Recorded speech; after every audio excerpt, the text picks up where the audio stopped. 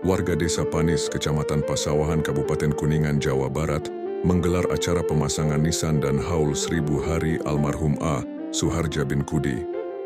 Acara ini dimulai dengan pemasangan nisan pada pukul 8 pagi, dilanjutkan dengan haul pada pukul 4 sore setelah salat Asyar. Pemasangan nisan dan haul ini dihadiri oleh keluarga, kerabat, dan warga desa yang ingin mengenang dan mendoakan almarhum. Pemasangan nisan dilakukan dengan penuh khidmat sebagai simbol penghormatan kepada almarhum dan sebagai penanda makam.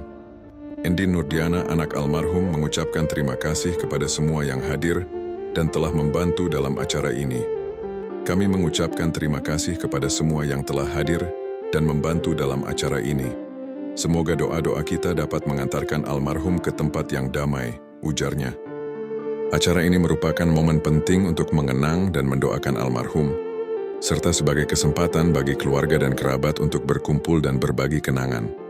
Semoga almarhum mendapatkan tempat yang terbaik di sisi Allah Subhanahu wa Ta'ala.